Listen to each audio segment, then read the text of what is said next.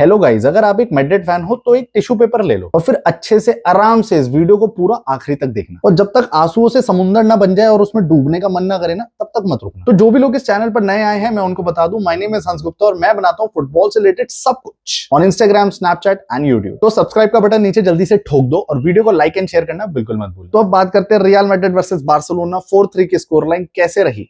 हाला मादरी, अबे ये था क्या? एक चीज होती है जिसे कहते हैं शर्म आना, फिर आती है गलीचपंती, और फिर आती है 2024 से 25 की रियल मैड्रिड। हम सबका वीकेंड बढ़िया जा रहा है, लौंडे लपाड़े बिस्तर पर टांग फैला के जिंदगी के मजे ले रहे हैं, और फिर ला लीगा का मैच डे आ जाता है, रियल मैड्रिड वर्सेस बार्सिलोना। एक सीजन में 3 बार कुटाई के बाद चौथी बार रेडी हो जाओ। कॉन्फिडेंस और उम्मीदें तो पूरे इस फुटबॉल फैन वर्ल्ड में किसी को नहीं थी कि मैड्रिड जीतेगी। अब सबको स्कोर तो पता ही है। एंड ऑल्सो बार्सिलोना की इंटरनेशनल के अगेंस्ट परफॉर्मेंस देखने के बाद सबको हट गया था कि भाई इस टीम से तो नहीं भिड़ना, और कोई भी टीम ऐसी टीम से क्यों भिड़ना चाहेगी जो भाई जहां 17-16 साल के लौंडे दबा दबा के भगा भगा के किसी टीम को मार रहे हैं। अब भाई संडे बढ़िया जा रहा है, 6:30 बजे रियल मैड्रिड के प्लेइंग 11 की लिस्ट आ जाती है। जिस हिसाब से आर्दा गुलर बढ़िया खेल रहा है, प्लेइंग 11 में उसकी जगह है। असेंसियो है, सिबायोस है, जूड बेलिंगम है, तो भाई मिडफील्ड तो कैप्चर हो गया, कॉन्फिडेंस थोड़ा सा आ गया 0.1%। हाँ, मतलब ये बात भी सही है कि पिछले 3 मैचेस में भी यही मिडफील्ड था आर्दा गुलर को हटा के, बट तब भी पिटाई हुई और इस बार भी हुई। अब फर्स्ट हाफ की बात करूं तो पहले 3 मिनट में जब गोल आ गया और 15 मिनट में कीलियन एम्बाप्पे ने अपना ब्रेस मार दिया, तो उस बंदे को भगवान बना दिया था हमने। मतलब बिल्कुल ही पैर चूम लिए थे कि भाई लौंडा ऑन फायर है और भाई वर्ल्ड कप वाला एम्बाप्पे देखने को मिलने वाला है आज। और नो डाउट भाई बिग गेम प्लेयर भी है और अपना पूरा स्टेमिना बचा के खेल रहा था, आराम से देख रहा था, एनालाइज कर रहा था कि कब मुझे दौड़ना है और भाई गोल मार। अब ये सारी बातें सिर्फ 18 मिनट तक लागू होती हैं, क्योंकि फिर कीलियन एम्बाप्पे की सक्सेस देखने के बाद एक बंदे को जेलसी होना शुरू हो गई। अब वो नाम तुम भी जानते हो, मैं भी जानता हूं,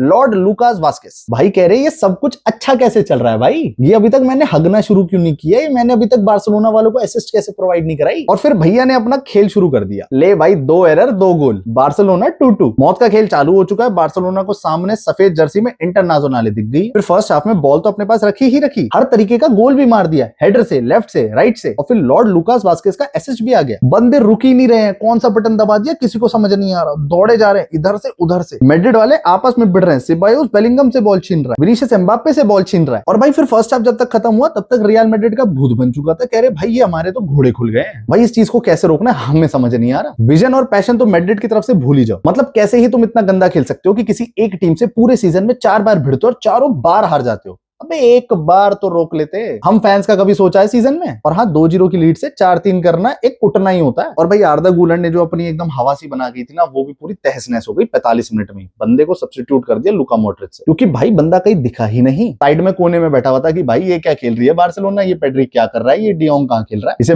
मैं तो मिडफील्ड खेल ही नहीं सकता। अब फर्स्ट हाफ खत्म होता है, आर्दा गुलर लुका मॉड्रिच से चेंज करते हैं सिबायोस ब्राहिम डियाज से। अब नो डाउट सेकंड हाफ में मैड्रिड थोड़ा सा अच्छा खेली, क्योंकि सेकंड हाफ में बार्सिलोना को सिर्फ 5 से 6 चांसेस मिले, फर्स्ट हाफ में तो 10 मिले थे। और भाई ब्राहिम डियाज की बात करूं ना तो बंदे का अलग ही प्राइम है। मतलब कुछ तो बात है, एक तरफा खेल रहा था लौंडा। बार्सिलोना के 3-3 4-4 प्लेयर को जमीन में फैला रहा है। अलग ही विनीशियस एम्बाप्पे के लिए कहीं से भी बॉल डाल दी। अब वो 10x विनीशियस से नहीं रोकी गई, वो बात अलग है। और सेकंड हाफ में रियल मैड्रिड की थोड़ी किस्मत भी काम कर रही थी। रफीना के पैर चलना बंद हो गए, ओपन 5 चांसेस मिस करे भाई ने। और फिर चुआमेनी का जो हैंड नहीं मिला वो थोड़ा कंट्रोवर्शियल था, क्योंकि अगर चुआमेनी का हैंड नेचुरल पोजीशन में एक्सटेंडेड नहीं था तो फर्मिन लोपेस का भी रनिंग पोजीशन में नेचुरल हैंड था। और रेफरी से तो दोनों ही टीमें खुश नहीं थी। फर्स्ट हाफ में लमीन यमाल की डाइव पर रेफरी फाउल नहीं दे रहा है, और सेकंड हाफ में विनीशियस के गंदे खेला को तवज्जो नहीं दे रहा है। और इस पूरे गंदे खेला के प्रदर्शन में एम्बाप्पे की हैट्रिक कहां से आ गई ये मुझे अभी तक समझ नहीं आ पा रहा है। हाँ, मतलब जिन्होंने मैच देखा उनको पता होगा कि रफीना ने जो 4-5 चांसेस मिस करे हैं, अगर वो नहीं मिस होते तो यहाँ पर स्कोर 8-2 का होता, और ये ट्रॉमा बायर्न म्यूनिख बार्सिलोना का नहीं, मैड्रिड बार्सिलोना का होता अगले 10 सालों के लिए। और भाई बात करूं बार्सिलोना की, तो पूरे गेम में पूरी टीम ही अच्छी खेली है। यहाँ पर सिर्फ मैं इस बार लमीन यमाल, पेड्री या रफीना की बात नहीं करूंगा। Eric Garcia, Gerard Martin, Cubarsi और एमी मार्टिनेज ने भी उतना ही बेहतरीन खेला है। डिफेंसिव लाइनअप एकदम तगड़ा। रियल मैड्रिड की टोटल 5 ऑफसाइड, उसी में 2 गोल जो काउंटर नहीं होंगे ऑब्वियसली। और यहाँ पर दी मास्टरमाइंड हांसी फ्लिक ने बस एक चीज दिखा दी कि भाई तुम मेरे को बस एक लौंडा दे दो जिसके 2 पैर और 2 हाथ 2 आंखें सलामत हो।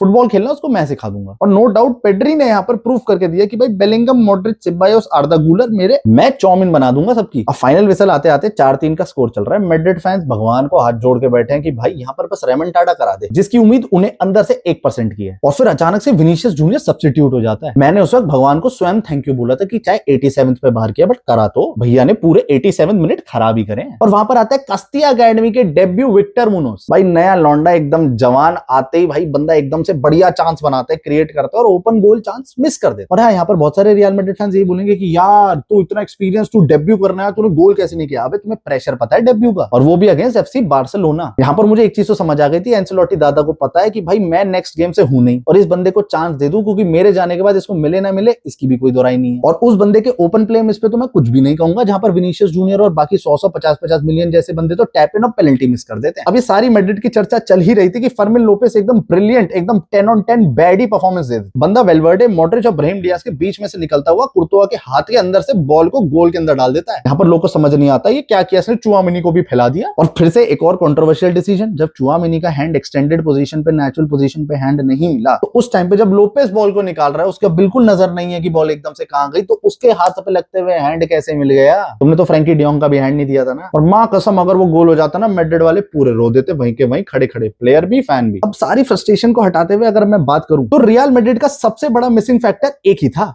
और उसे कहते हैं फुटबॉल। तुम 11 लड़के अलग अलग अपने स्टाइल में खेलना चाह रहे हो, और टीम गेम का मतलब होता है साथ में खेलना, जो बार्सिलोना दिखा रही। कैरेक्टर, इंटेंशन, पैशन, विजन कुछ भी नहीं, सिर्फ individual brilliance by only Kylian Mbappe. ना मुझे कोई मिडफील्ड का बंदा पीछे आता हुआ दिखा, ना ही अटैक का, भूल ही जाओ अटैक। आर्दा गुलर, सिबायोस को नहीं पता उन्हें कहां भागना है, कहां खेलना है, किसको मार्क करना है। बेलिंगम अब आते आते हो गया फ्रस्ट्रेट, कह रहा भाई हर गेम में वर्क रेट होता है 90%, इसमें रहेगा 15%। अब मुझे एक चीज बता दो, जब तुम 2-0 से अप हो तो कैसे तुम एक कैजुअल बिहेवियर में आके 4 गोल लगातार खा सकते हो? बहुत कुर्तुआ को क्यों समझ नहीं आ रहा, लमीन यमाल फार पोल टारगेट करता है तो भाई थोड़ा सा कवर कर लो। अब यहाँ पर मैं हर एक प्लेयर को ब्लेम करने तो नहीं बैठा हूं, बट एक थोड़ी सी सच्चाई भी आती है कि भाई डिफेंड तो कर लो। रूडिगर इंजर्ड, डिफेंसिव लाइन गायब, अकेला असेंसियो बेचारा खेल रहा है। और नो डाउट असेंसियो की परफॉर्मेंस भाई मेरे लिए 11 on 10। अब अपनी उम्दा बॉल नॉलेज का प्रदर्शन करते हुए मुझे ये बता दो कि क्या ज़ावी अलोंसो, आर्नोल्ड, कार्वाजाल और मिलिटाओ के आने से ये लौंडे सुधरने वाले हैं, या फिर गैलेक्टिकोस 3.0 की फुस्सी बॉम्ब बना के हमें उड़ा देना चाहिए? क्योंकि अगर बारसा इसी फॉर्म में फिर से यूरोपियन जायंट्स को पीटने आ गई तो इस बार स्कोर लाइन कुछ और ही दिखेगी। अब वीडियो अच्छी लगी तो सब्सक्राइब करना बिल्कुल मत भूलना, और इस वीडियो को लाइक और शेयर कर दो अपने मैड्रिड और बार्सिलोना फैंस। मिलते हैं आपसे with more amazing football content. अला माद्रिद गाइस।